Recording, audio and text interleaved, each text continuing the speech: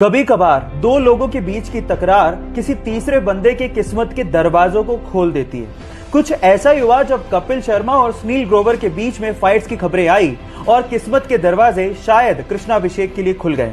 उसने सपना के किरदार को दी कपिल शर्मा शो में इस तरह से शिद्दत से निभाया कि आज वो मोस्ट पॉपुलर कॉमेडी किरदारों में से एक है। और आज दी कपिल शर्मा शो की जो भी टीआरपी है उसमें सपना के किरदार का बहुत बड़ा योगदान है। क्या बात है रेमो, जोरदार ताली।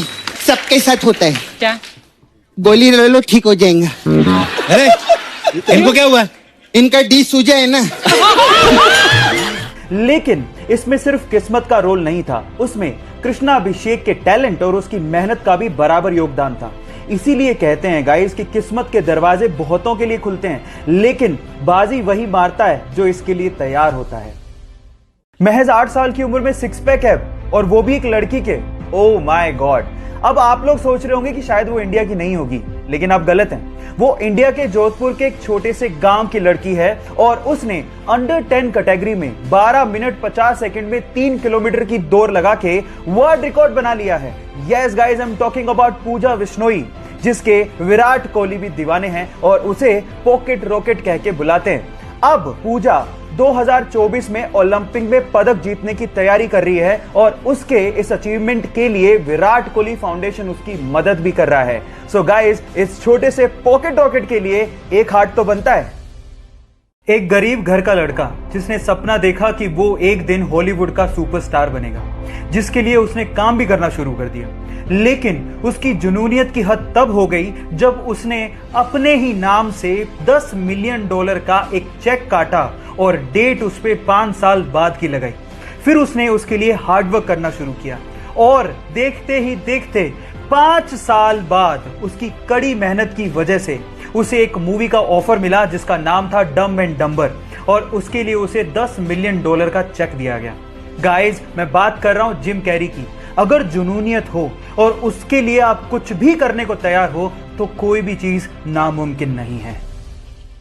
पेरू में एक आदमी के सिर पे चोट लग जाती है। जब एम्बुलेंस लेके पैरामेडिक्स वाले आते हैं तो वो एक चीज देख के हैरान रह जाते हैं। उस आदमी के 2 डॉग्स उसके साथ परिवार के सदस्य की तरह चल रहे थे। जब उसे एम्बुलेंस पे चढ़ाया और उतारा जा रहा था तो वो दोनों डॉग्स उसके आसपास घूम रहे थे।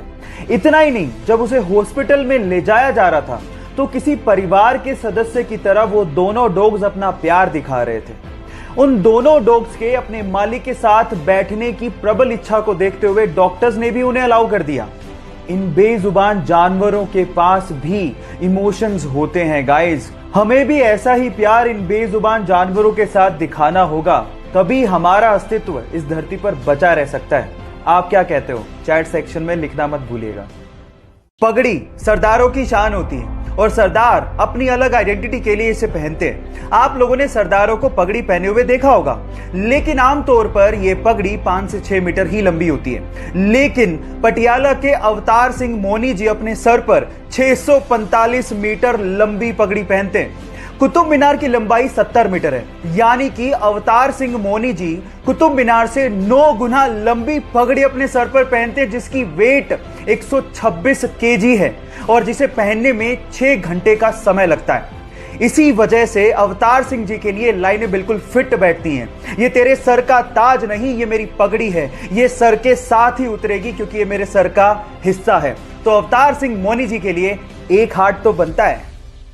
वुंडा नाम की एक चिंपैंजी कुपोषण की शिकार थी और इसी वजह से वो मरने की कगार पर थी। तब उसे जेन गुडोल नामक एक महिला अपने चिंपैंजी रिहैबिलिटेशन सेंटर पर लेके आ गई और उसकी खूब सेवा करी। थोड़े दिनों बाद वो अच्छी हो गई। उसके बाद जब उसे वापस चिंपोंगा आइलैंड पर वो लोग छोड़ने गए और जैसे ही पिंजरा खोला तो वो चिंपैंजी हरियाली देख के और अपना घर देख के बहुत ज्यादा खुश हो गई और इतनी भावुक हो गई कि वो जेन के गले लगी और काफी देर तक उसके साथ चिपकी रही। वो उसे शुक्रिया कह रही थी। गाइस, अगर इंसानों को अपना अस्तित्व बचाना है तो हमें इन जानवरों को, पशु पक्षियों को, प्रकृति को बराबर का दर्जा देना होगा और उनकी केयर करनी होगी, तभी हम बच पाएंगे। ये 21 दिन शायद हमारी जिंदगी की सबसे बड़ी अपॉर्चुनिटी है, क्योंकि पहली बार हमें इतना वक्त खुद के साथ गुजारने का मौका मिल रहा है। इसमें हम कुछ नया सीख सकते हैं। मैं भी सीख रहा हूँ। शायरी पढ़ने का शौक़ था, छूट गया था, लेकिन इन 21 दिनों में मैं कोशिश कर रहा हूँ कि वो शौक़ दोबारा से ज़िंदा हो जाए। कुछ पढ़ा है मैंने, आपसे शेयर करना चाहता हूँ, और इसलिए भी करना चाहता हूँ क्योंकि वेदांतु का जो 21 डे लर्निंग चैलेंज है उसको मैं एक्सेप्ट कर रहा हूँ। कुछ तो चाहत रही होगी उन बारिश की बूंदों की, कुछ तो चाहत रही होगी उन बारिश की बूंदों की, वरना कौन गिरता है ज़मीं पर आसमां तक पहुंचने के बाद। उलझी सी जिंदगी बस इतनी सी कहानी है, उलझी सी जिंदगी बस इतनी सी कहानी है। कुछ पहले से शायर थे, कुछ वक्त की मेहरबानी है।